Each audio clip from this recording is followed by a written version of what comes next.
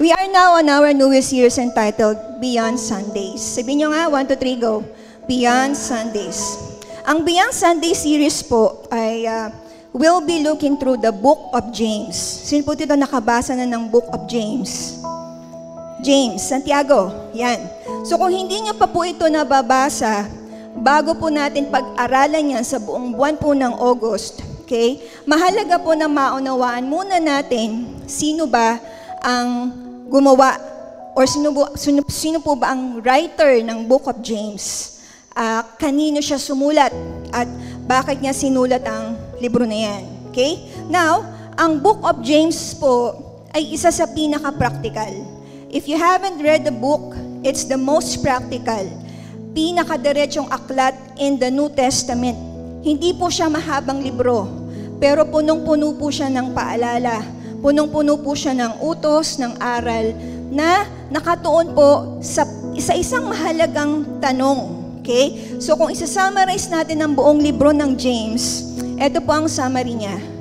Sinasagot niya po itong central question na to.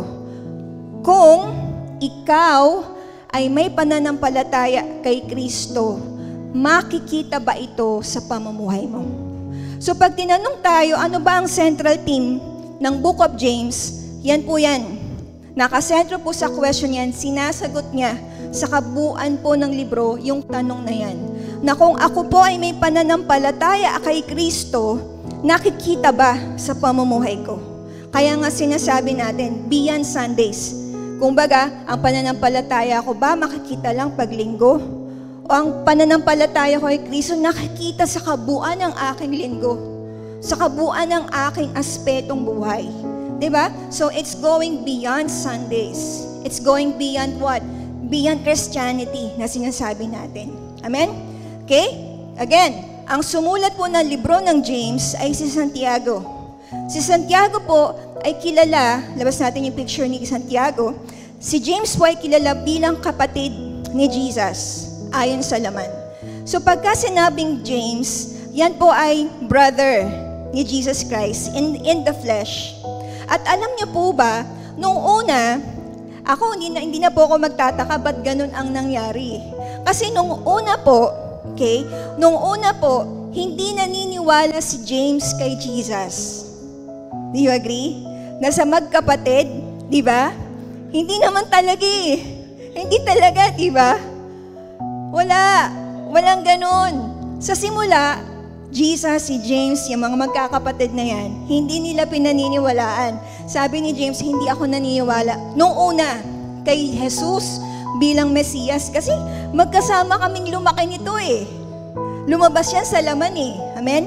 Pero, pagkatapos po niya na makita yung resurrection ni Jesus Christ, nung makita po niya sa kanyang mata na si Jesus po, na kapatid niya sa laman, ay nabuhay ulit, doon na siya naniwala.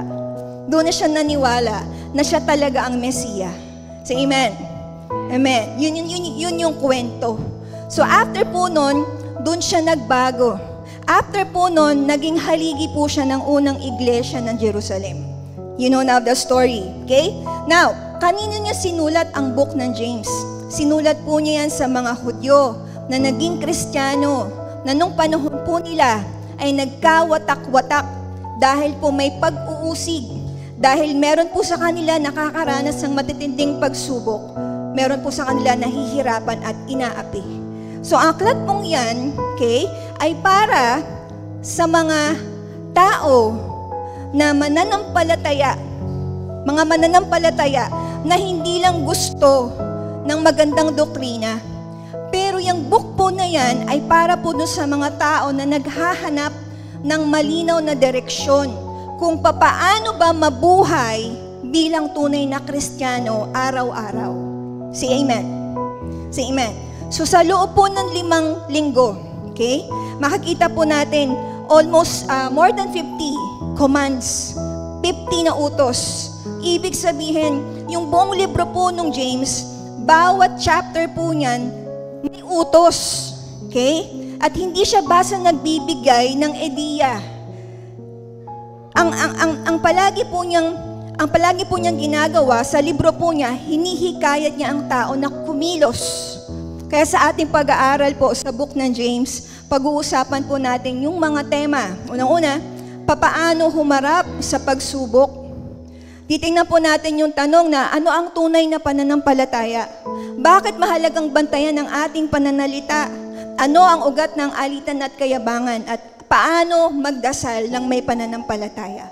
So kung gusto nating malaman kung papaano mabuhay na meron totoong pananampalataya, yung book ng James ang para sa atin. Kaya ang gagawin ni James pag binasa mo siya, ang book ng James, hihikayatin kaya na wag lang maging tagapakinig ng salita, hihikayatin kanya maging tagasunod. Kaya sa bawat linggo po na pag-aaral natin ito, ang itatanong lang natin palagi sa ating sarili, pinapakita ba ng aking mga gawa ang pananampalataya ko kay Kristo? Say amen. Handa na ba kayo? Simulan po natin ang ating pag-aaral ng aklat ni Santiago. Bungad po ng chapter 1 is this. Okay? Akong si Santiago ay isang alipin ng Diyos at ng Panginoong Hesukristo. Binabati ko ang 12 lipi ni Israel na nakakalat sa iba't ibang bansa. Verse 2, mga kapatid ko, ituring niyong buong kagalakan kapag dumaranas kayo ng iba't ibang uri ng pagsubok, nalalaman ninyo na ang pagsubok sa inyong pananampalataya ay nagbubunga ng pagtitiis. Verse 4, ngunit hayaan ninyong ang pagtitiis ay magkaroon ng kanyang ganap na gawa upang kayo ay maging ganap at buo. Sa gayon, kayo ay maging ganap at lubos na walang anumang kakulangan. Sa English, kabisado natin yan. Consider it pure joy. Diba? Whenever you face trials of many kinds. Last week, pinag-usapan lang natin yan. Merong iba't ibang uri at level ng pagsubok na pwedeng pagdaanan ng tao. Ngayon, pag-aralan natin, ano bang sinasabi ng book? So, ang gagawin ko po ngayon, i-rundown ko po kayo dun sa buong chapter at tingnan po natin kung anong pwede nating pulutin. So, ang tawag po natin dito, expository. Kung hindi nyo pa po nasubukan gawin ito, ganito po natin gagawin. I-guide ko po kayo. Okay? Now, simulan natin. Sabi dun sa verse, nalalaman ninyo, mga kapatid, nalalaman ninyo na ang pagsubok sa inyong pananampalataya ay nagbubunga ng pagtitiis. So, ang unang bungad agad ni James, ni Santiago, trials ulit at saka temptation. Binungad agad ng libro, trials and temptation. Marami sa atin, nahaharap sa araw-araw na tukso. Tama? Amen? Minsan, iniisip natin na ang pagsubok, yung trials at yung tukso ay iisa. Amen? Minsan nakala natin, yung trials at temptation ay iisa. Pero dito po sa salita po ng Diyos, magkaiba po sila. Sabihin nyo magkaiba. Okay? Mahalagang maunawaan po natin yung pagkakaiba. Kasi dinifferentiate po ni Santiago Magkaiba yung trials sa temptation Yun ang ginawa niya dun sa book. Now, tingnan nga natin, ano ba ang difference ng trials at ng temptation? Inisip niyo ba kung ano man difference nito?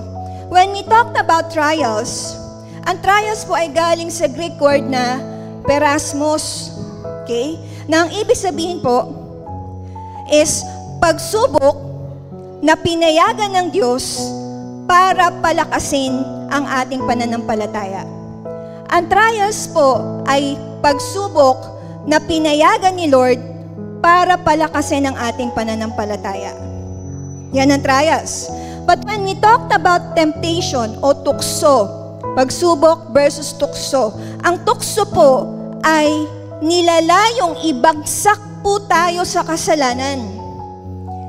Yung una po, pinapayagan ng Panginoon. Pero yung pangalawa, hindi galing sa Diyos yan. Galing sa sariling pita, galing kay Satanas. Anong kaibahan ng trials at temptation? Look at me, church. Look at me. Ang trials, pinayagan ni Lord. Yung temptation, hindi galing sa Diyos. Tama? Yung trials, para patibayin yung pananampalataya mo. Pinayagan ng Lord, yung trials. Yung temptation, ang goal niya, ibagsak ka sa kasalanan. Magkaiba sila ha. Naintindihan ako. Say amen. Iba ang trials at temptations. Yun ang sabi ng libro. Ang trials po are testings of faith. Trials are testing of faith. The moment we endure the testings, look at me. The moment we finish the test, the moment we go through the process, ano mangyayari? It will mature us. Pinatitibay niya yung pananampalataya natin. Say amen. At alam po natin na habang nasa proseso po na pinatitibay ng Diyos ang pananampalataya po natin, hindi po madaling magpaproseso sa Panginoon. Na pag may trials ka, pinaprocess ka ng Diyos.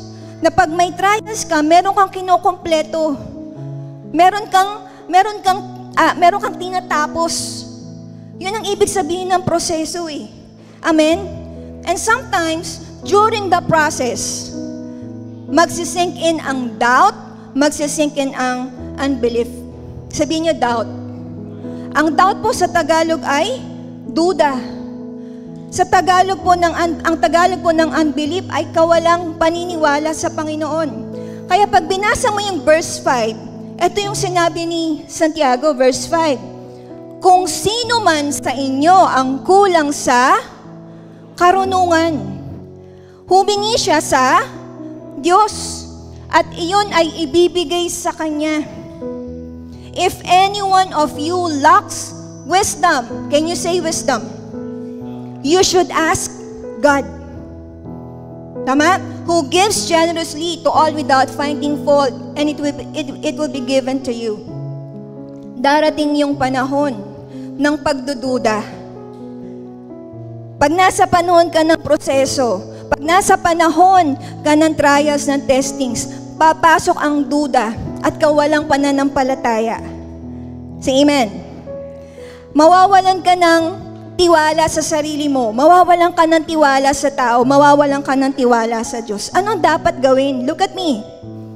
Ang dapat daw gawin, kung sino man sa inyo kulang sa karunungan. Kasi kukulangin tayo sa karunungan eh. Kukulangin tayo sa wisdom. Darating yung point, hindi ko alam gagawin ko.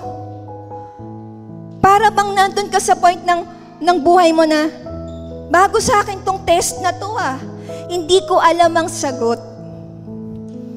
At minsan may point sa buhay natin, hindi talaga natin napapasa. Tama?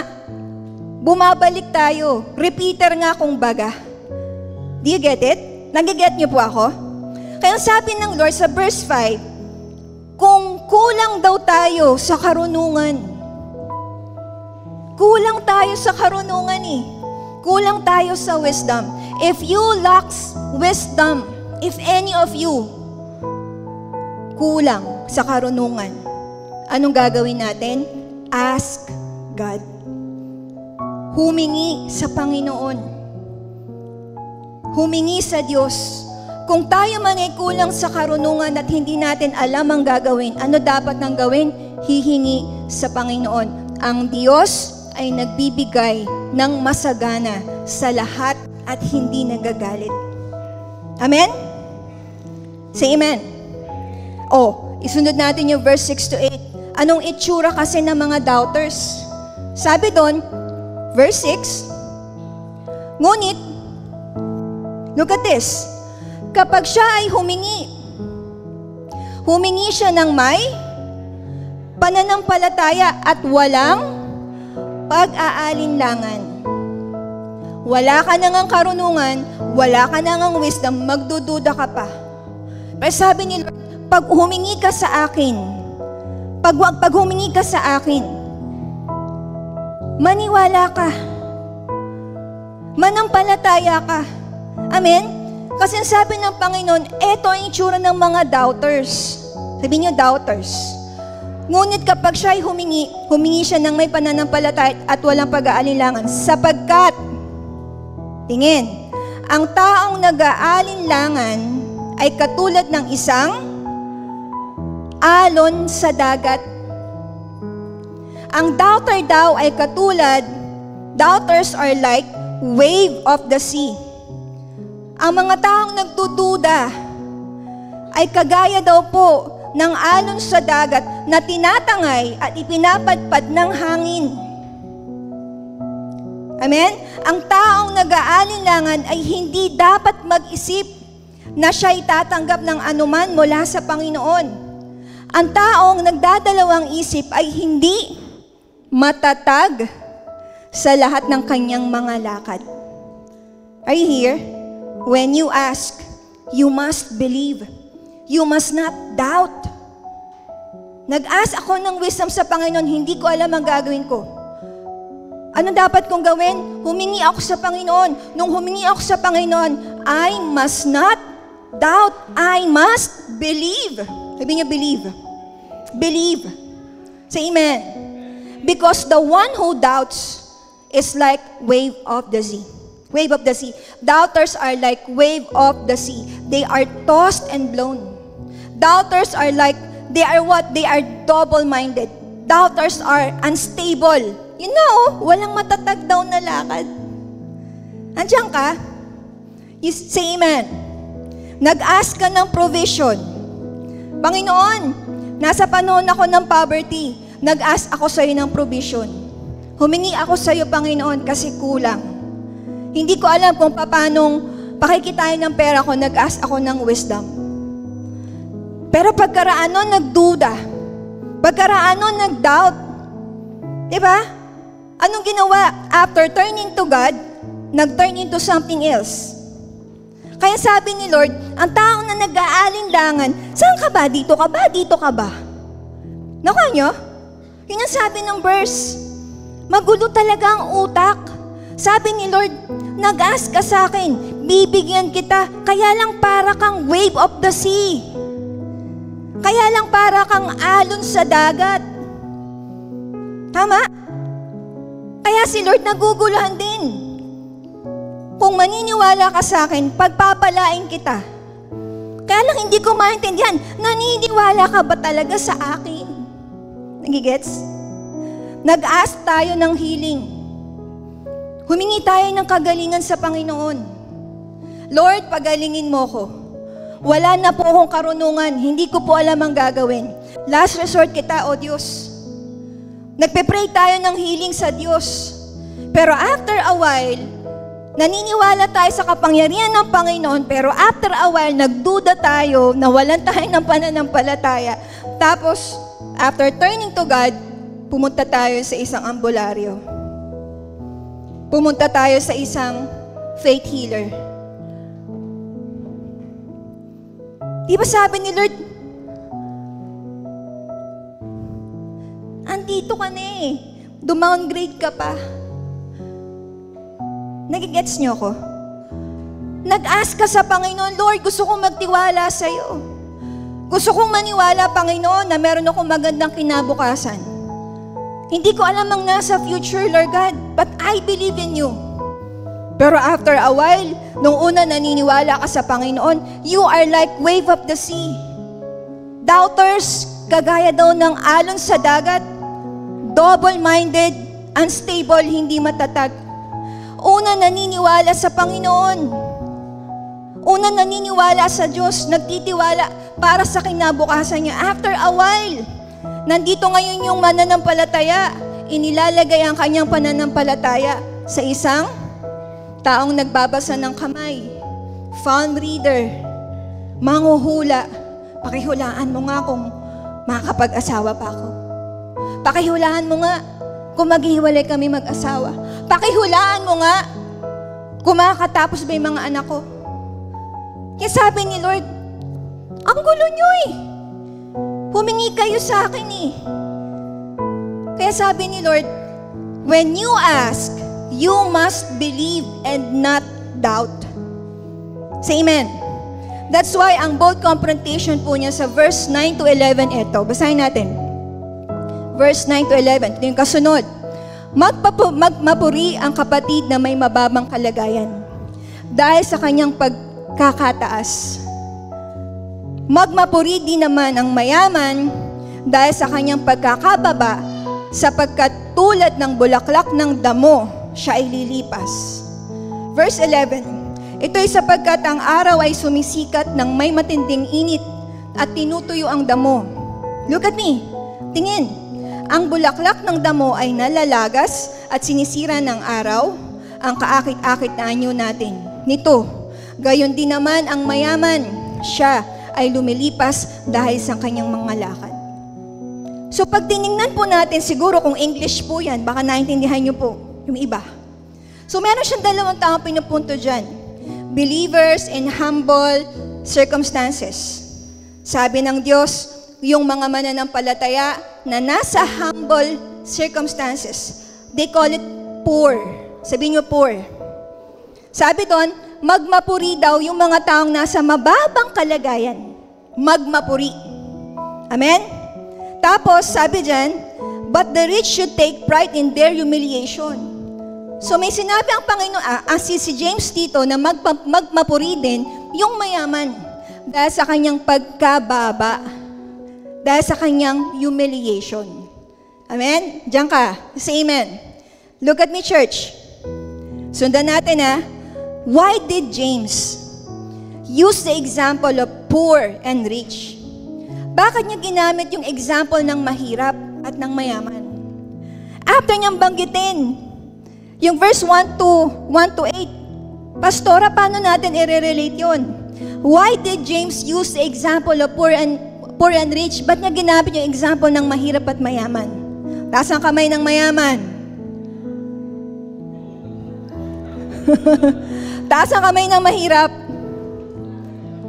Amen? Because why? Tingin sa akin. In early church, ang early church po, ganito ang wealth sa kanila. Next slide. Wealth equals God's blessing. Poverty equals curse and failure.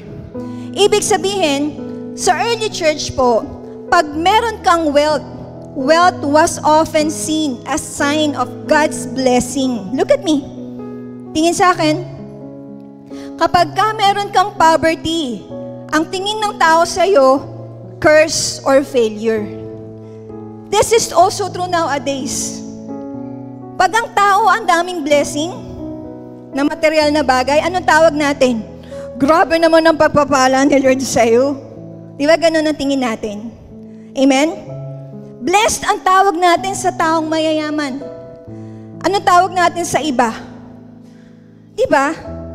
Hindi lang yan nangyayari ngayon. Nangyayari po yan noon, panahon po nila.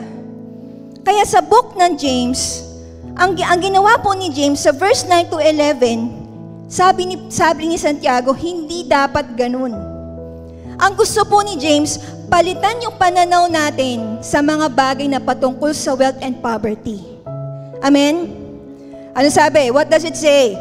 Poor must take pride because God has exalted them spiritually. Ang mahirap ay dapat magmapuri dahil ang Diyos ang nagtataas sa kanila. Ang mayaman must take pride in their humility. Because why? Riches are temporary. Amen? Kaya ang ginawa po ni James, in-include po niya yung dalawang yon. Meaning, kahit saan ka mapunta doon, sabi nila, sana pag ako marami na akong pera, pag mayaman na ako, wala na akong pagsubok. Ang tingin natin sa buhay, ganun eh. Tama? Sabi naman ng mayaman, buti pa yung mahirap. Simple lang yung buhay nila. Walang simple sa buhay ng mahirap. Di ba? Pag nandito ka sa kalagayan to, gusto mo yung kalagayan nila. Pag nandun ka sa kalagayan nila, gusto mo yung kalagayan nila. Pero sabi ni James, kahit saan kayong mapunta doon, everyone faces trials and temptations. Parehas lang. Say amen. Poor, labas natin. Poor experience trials. Look at this. Yung mahirap, nakakaranas ng trials of need, lack, and oppression. While yung mayaman, they experience temptation of self-reliance, pride, and destruction. So kahit saan ka lumagay doon, mga kapatid, dadanas ka pa rin ng trials at temptations. Amen? Say amen. Tingnan mo nga, pangmayaman ba yung mga problema mo? Pangmahirap. Sabi ko, asan kaya? Nasa pure experience pa rin ako. Parehas. Minsan nandun sa rich experience, minsan nasa poor experience. Tama? Nakakuha niyo po ako? Kasi amen. Church, tama ako? So kahit saan ka ilagay, ang sabi po ni Santiago, you will face trials and temptation. Tama? Ibig ba sabihin, ate, pastora, wala ng temptation yung poor? Meron. Dahil meron silang needs, dahil meron silang lack, anong pwede nilang temptation? Magnakaw. Diba? Gumawa ng mali para magkapera. Tama? Hindi ibig sabihin sila lang ang may trials. Sila lang wala silang temptation. Meron din sila. Parehas lang. Ay yung rich, wala ba silang trials? Meron din. Ano pwede maging trials ng rich? May cancer. May mga taning ang buhay. May mga kaso. Diba? May kaaway. Hindi makatulog. Walang kapayapaan. May depression, may anxiety. Diba? Ano yun? Nag-i-scatter kasi. Nakukuha nyo. Kahit saan ka lumagay, parehas lang. Naintindihan ako? Tama ba ako? Parehas lang? Kaya tama yung punto po ni Santiago eh. Ginamit niya both yung status ng poor and rich para makita ng tao. Hindi wealth ang mag-a-identify na you are blessed. Hindi wealth. At hindi ibig sabihin na sa poverty ka, cursed ka o failure ka. Hindi ganun. Say amen. Say amen. Verse 12. Ito yung verse 12 ba? Pinagpala ang taong nagtitiis ng pagsubok, trials. Dahil kapag siya ay nasubok na, tatanggap siya ng putong ng buhay na ipinangako ng Panginoon sa kanila na umiibig sa Kanya. Blessed is the one who perseveres under trials because having stood the test, the person will receive the crown of life that the Lord has promised to those who love Him. Say amen. You see? Tingin. Ginamit ni Santiago yung halimbawa ng mayaman at ng mahirap para ipakita kung papaano tayo dapat tumingin sa buhay mula sa pananaw ng Diyos. Hindi po sa pananaw ng mundo. Sa paningin ng mundo, ang mayaman, mataas. Sa paningin ng mundo, ang mahirap, mababa.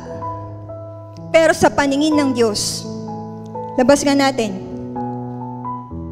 Ang tunay na kayamanan ay hindi pera, kundi pananampalataya at kabanalan.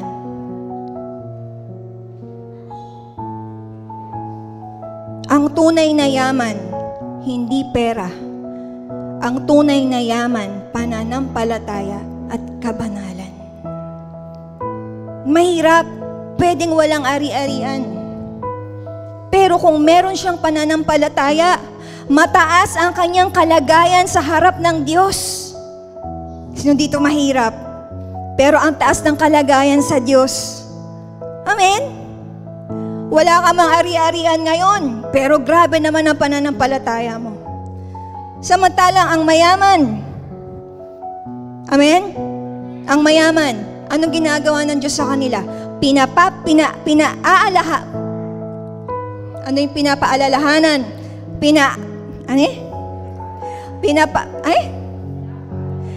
God reminds them na lahat ng yaman, ang hirap kasi magtagalog, ang lahat po ng yaman lilipas. Tama?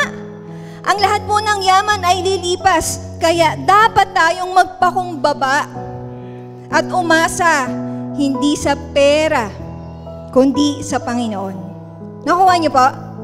Say amen. Say amen. Say amen. Kaya ang tunay po na pananampalataya, look at me church, nasusubok po. Nasusubok sa gitna. Ang pananampalataya ay nasusubok sa gitna ng pagsubok o ng trials.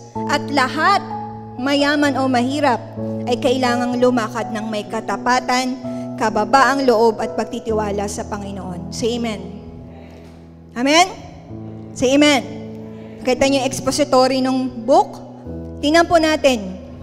Sino po dito natutokso? Kasi kanina sinabi ko, ang trials, para palakasin ang pananampalataya mo eh. Pero paano naman? Sinunod na ni James yung temptation. Kasi trials and temptation ang tema niya eh. Sino dito natutokso pa? Natutokso. Hanggang ngayon, taas ang kamay. Lahat tayo natutokso pa. Tama ba ako? Say amen. Walang exempted dito. Pero doon susunod na verse na babasahin natin, we can see powerful truths on how to deal temptation. Una-una, makikita natin yung point number 1. Point number 1, on how to deal temptations, number 1, is you know the source. Ano yung nahuling verse? Yung ulit, verse 12, ngayon verse 13. Huwag sabihin ng sino mang tinutokso, ako ay tinutokso ng Diyos, ito'y sapagkat ang Diyos ay hindi maaring matukso ng mga kasamaan at hindi niya tinutokso ang sino man. Say amen. That's point number 1. When tempted, no one should say, God is tempting me. No. For God cannot be tempted by evil, nor does He tempt anyone. Hindi niya ginagawa yan. So ang klaro po ni James is clear. God is not the source of temptation. Tama? Ang trials, pinayagan ni Lord. Pero ang temptations, hindi. Galing kay Satanas at galing sa sariling pita natin yan. Ano ang dahilan ba't may temptations? Para ibaksak tayo sa kasalanan. Point number 1, ang temptation hindi galing sa Panginoon. It comes from, temptation is not from God. God is not the source of temptation. Say amen. Say amen. Kaya malinaw pa ang paalala ni Santiago, huwag niyong isisi sa Diyos yung mga tukso sa buhay ninyo. Kapag tayo po ay nahaharap sa tukso, look at me, may tendency marami sa atin sabihin, siguro gusto ng Diyos na bumagsak ako. Siguro sinasabi natin, siguro sinadya ni Lord itong bagay na to, itong temptation na to para masubukan ako. Hindi ganun. Pero malinaw po ang sinasabi ng salita, hindi Diyos ang pinagmulan ng tukso. Amen? Bakit? Dahil ang Diyos po natin ay banal. Amen? Hindi siya maaaring matukso ng kasamaan. Hindi siya natutokso. Ibig sabihin, hindi siya nagpaplano ng kasamaan para ilagay tayo sa kapahamakan. Anong sabi ng verse 14? Ang bawat tao ay natutokso kapag siya ay nahihila ng kanyang masidhing pita at siya ay nasisilo nito. Sa English, but each person is tempted when they are dragged away, hinila, by their own sariling pita, ng masidhing pita, when they are dragged away by their own evil desire, and they are enticed, nasilo. Nakuha? Say amen. Ibig sabihin, ang tunay na pinagmumulan po ng tukso, hindi lang demonyo. Ang tunay na pinagmumulan ng tukso,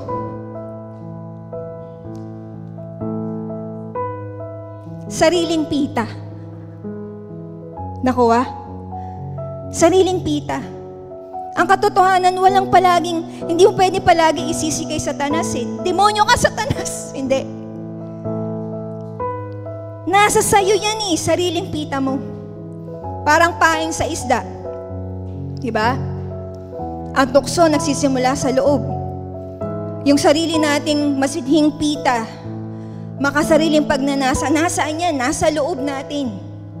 Parang paing na isda. Parang pinapaing sa isda. Diba? Kapag may isda, nagutom. Kapag yung isda, gutom. Ang tagal nang hindi kumain. Pag nilagyan mo ng pain, diba? Gutom kasi. Tama? Say amen. Madaling ipain, madaling hilahin dahil gutom. Ganon din tayo. Kapag hindi po natin nabantayan ang laman ng puso't isipan natin, mahihila tayo ng sarili nating pagnanasa. Mahihila tayo ng sarili nating pita. Say amen. Say amen. Kaya ang tukso, hindi agad kasalanan yan eh. Pag sinabing tukso, hindi agad kasalanan. Nagiging kasalanan lang kapag pinatulan na natin. Do you agree? Say amen. Illustration, si Adam at saka si Eve. Tingnan niyo po yan. Sa Genesis chapter 3, nung tinukso ni Eva, nung tinukso ng ahas si Eva, amen? Hindi utos ng Diyos yun eh. It was the enemy using Eve's curiosity and desire. Nung naapoyan na yung desire ngayon ni Eve, tinuro ni Adan yung babae. Tinuro ng babae yung ahas. Pero ang katotohanan, it was their own choice. Tama? Ang katotohanan, sila ang pumili nun. Galing saan? Sa sariling pita. Say amen. Kaya wag nating isisi sa diablo. Hindi rin natin pwedeng isisi sa Diyos yung pagkakadapa po natin. Tukso ay hindi gawa ng Diyos. Ang tukso ay kadalasan gawa ng sarili nating desire at gawa ng ating kalaban. Kilalanin po natin yung root cause. Tingnan natin yung root cause ng kasalanan. Yung babae kasi. Galit kasi ako. Di ba? Hahanapan natin ng pwedeng ituro. Pero ang totoo, may mga bagay pa rin sa mga puso natin na hindi pa rin nasusurrender sa Diyos. Tama? Example, ang mga bata lumaki talaga nang uumit eh. Marunong. May padukot-dukot, palima-lima. Pag lumalaki ng konti, 10-10. Pag medyo high school, 100. Pag college, 500. Pag may asawa na, pa 1,000. Di ba? Tama ba ako? Minsan, ayaw naman natin, di ba? Ayaw natin kumupit. Di ba? Masama yun eh. Kumukupit tayo. Di ba? Masama. Kaya lang, minsan, andun kasi yung wallet ng asawa ko eh. Parang sabi niya, hello. Andun kasi yung wallet ni Papa. Kinakausap ako. Riga. Di ba? Tama ba ako? Ayoko na eh. Ayoko na talaga. Ayoko na eh. Ayoko na. Pero dahil may mga parte ng buhay natin na hindi pa talaga naisuko sa Panginoon, yung tukso, hindi magiging kasalanan yung kung hindi mo nilapitan eh.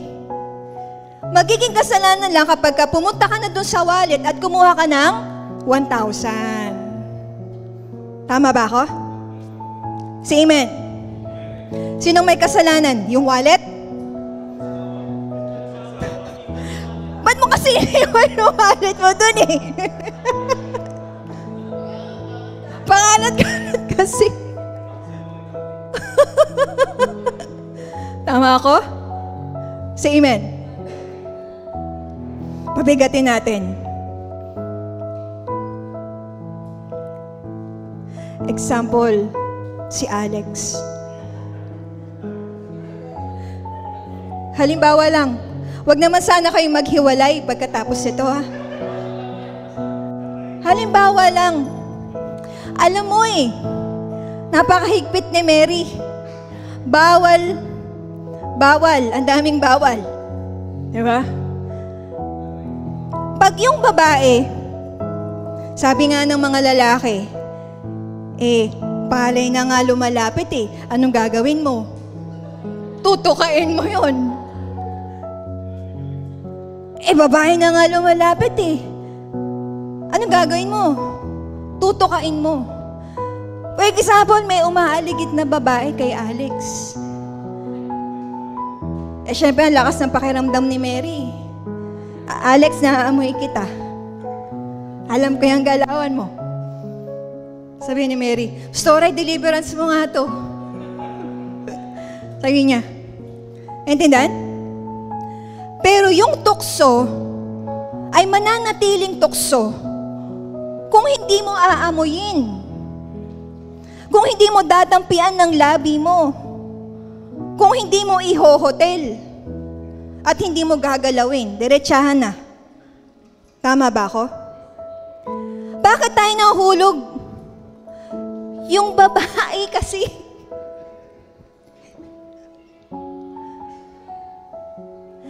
Sinabunutan mo na yung babae, walang yaka. Galit na galit tayo, walang yaka. Pero bakit tayo nahulog sa kasalanan? May parte pa rin ng buhay natin na hindi natin nasuko sa Diyos. Di ba agree? Pero kung nasuko mo na sa Panginoon yun, kahit ilang babae pa ang humiga sa harapan mo, kahit ilang pang droga ang ilatag sa harapan mo dyan, kahit ilang wallet pa nakabuklat, hindi rin, pastora. Hindi rin, pastora. Baka doon tayo masusubukan. Pag wallet na. Naintindihan niyo ako? Pero kung surrendered ang puso, hindi matutukso. Tama? Say amen. Say amen. Amen? So nakita ngayon natin, powerful truths doon sa book of James. Know the source.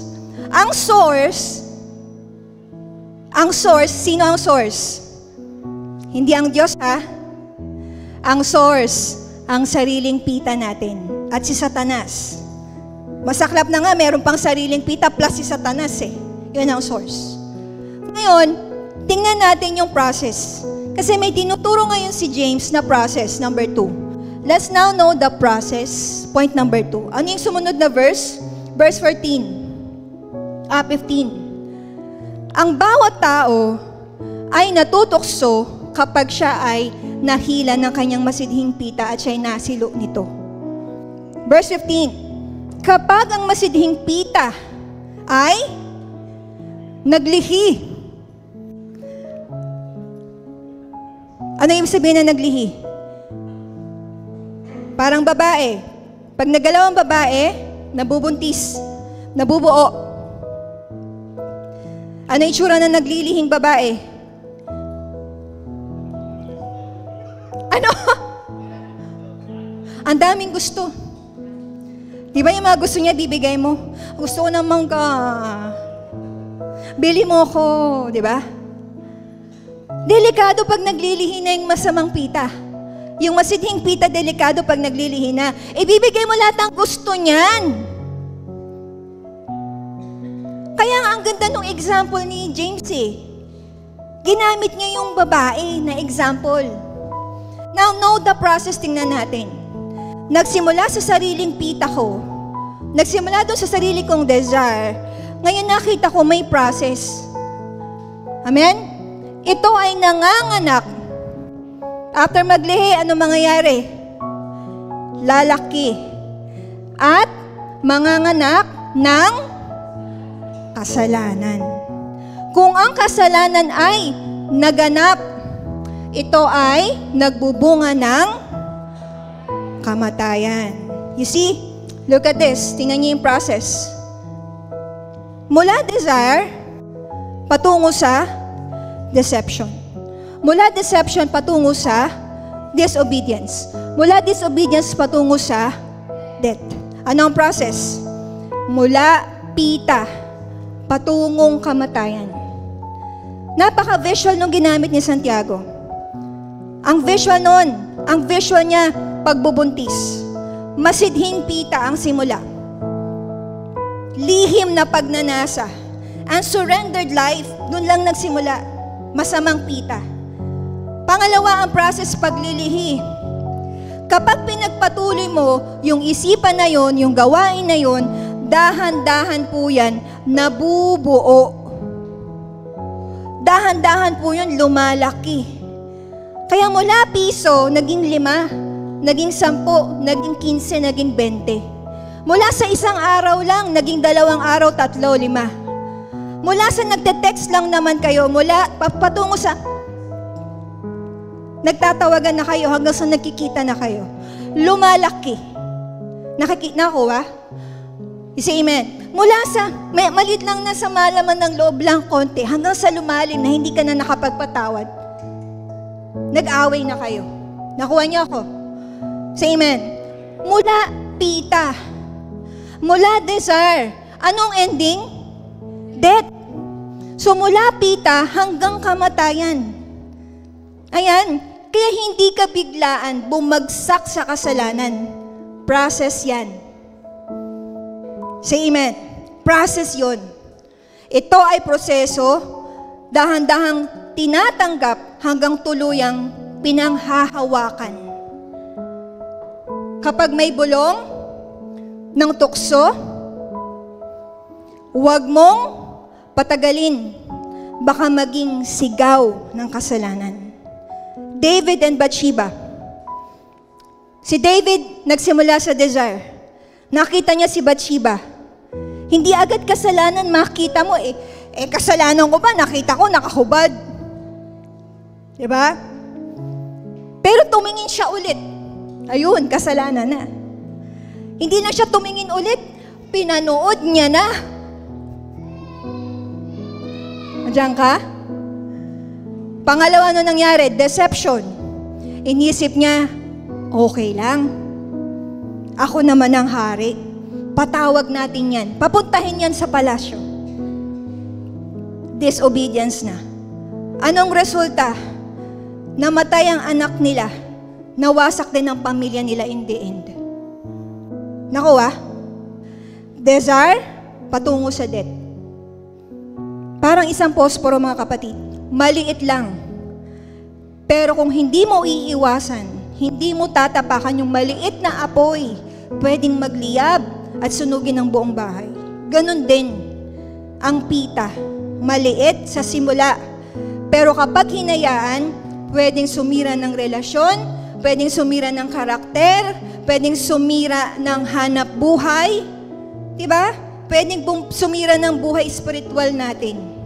Kaya bago pa man maglihiyan at hingin lahat ng gusto sa'yo, patayin mo na sa ugat. Amen? Gusto nyo pa? Gusto nyo pa? Because the earlier you catch the desire, the easier you can escape temptation. Say amen. Uy, huwag nyo totohanin, Mary at Alex, sasabi ng dalawa. Sabi ng dalawa, mamaya ka. Amen? Last, point number 3. Know the source, know the process, know the way out.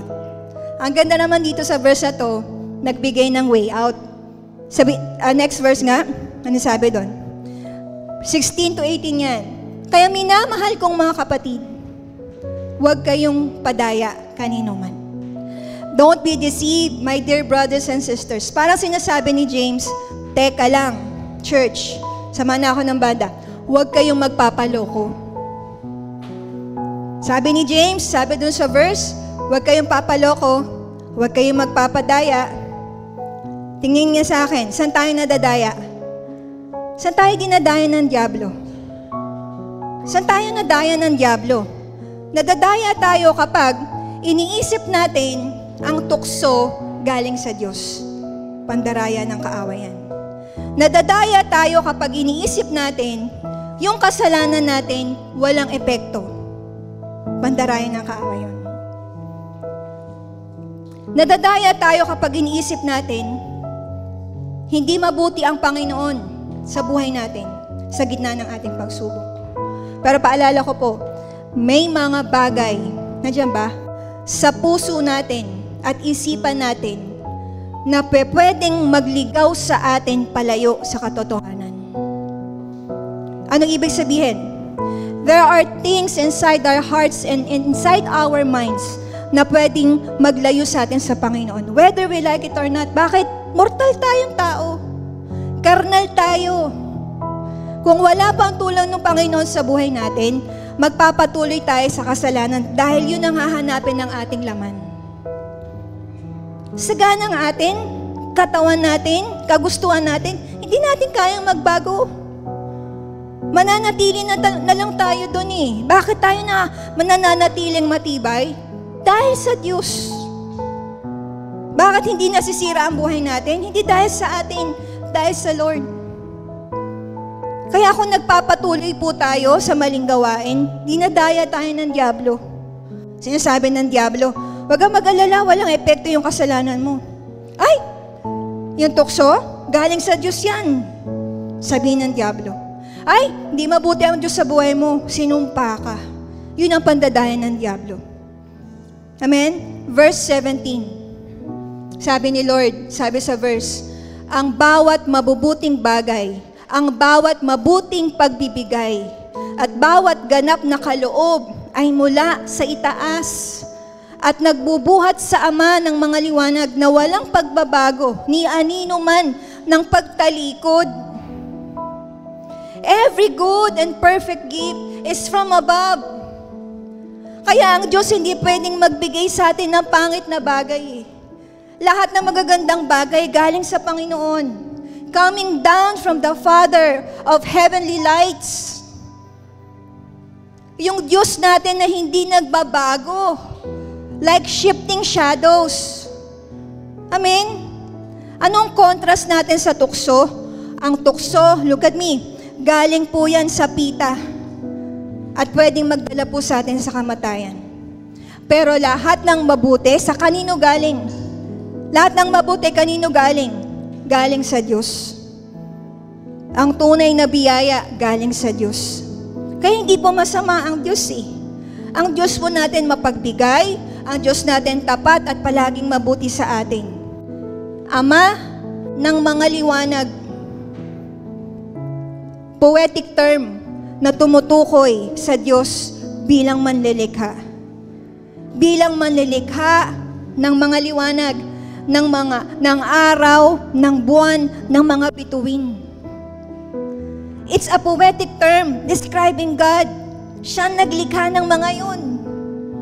Ama, pero kahit ang mga ilaw, sabi ni Lord, ako na naglikha niyan eh.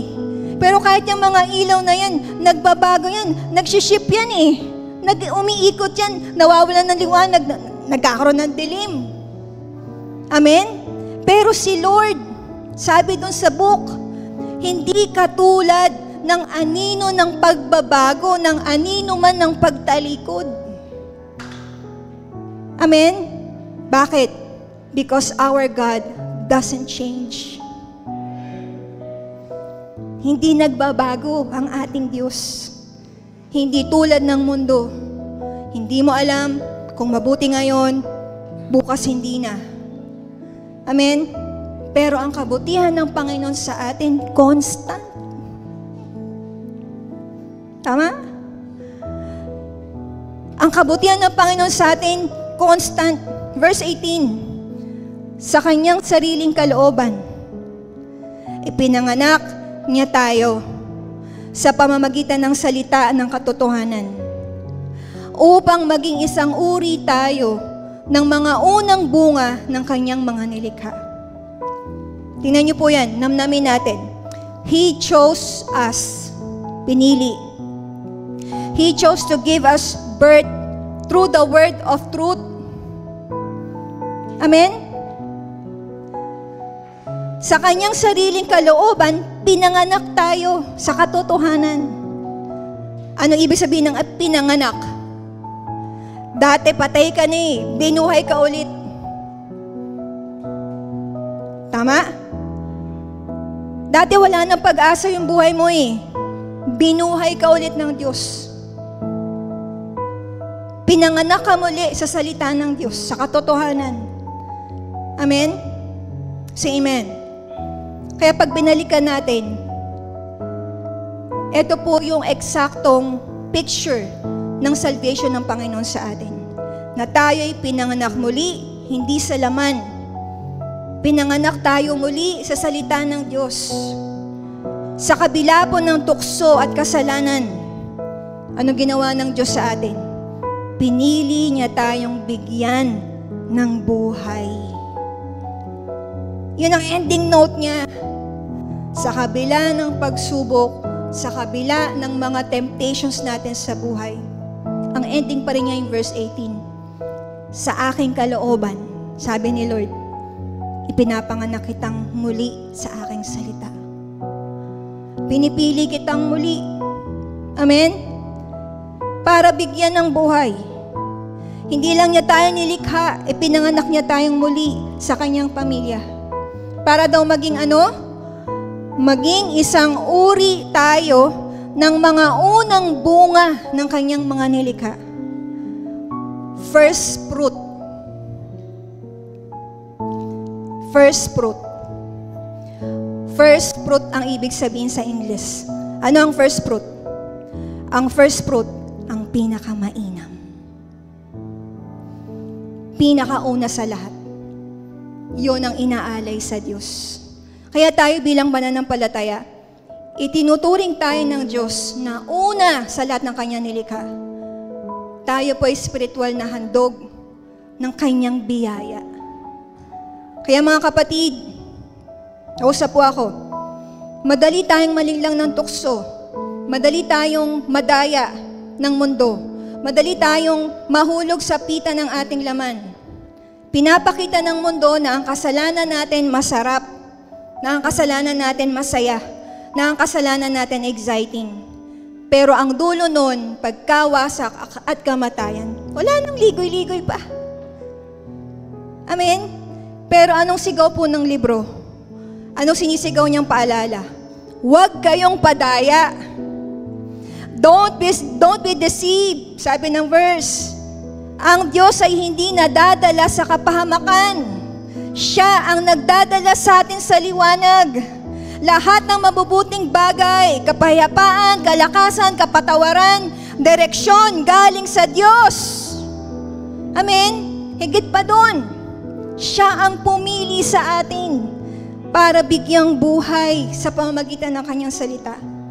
Kaya hindi lang tayo iniligtas ni Lord sa tukso. Tinuring din tayo ni Lord na first fruits niya. Mga anak na mula sa kanyang puso. Anong ginagawa ng temptation?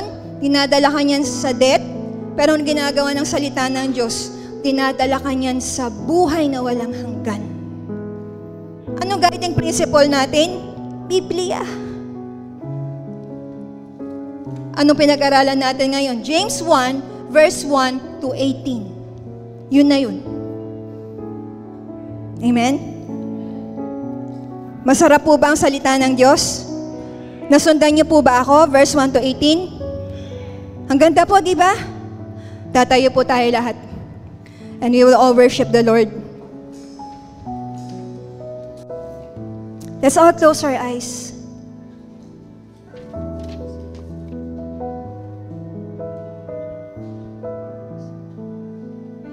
And as we sing the song, let the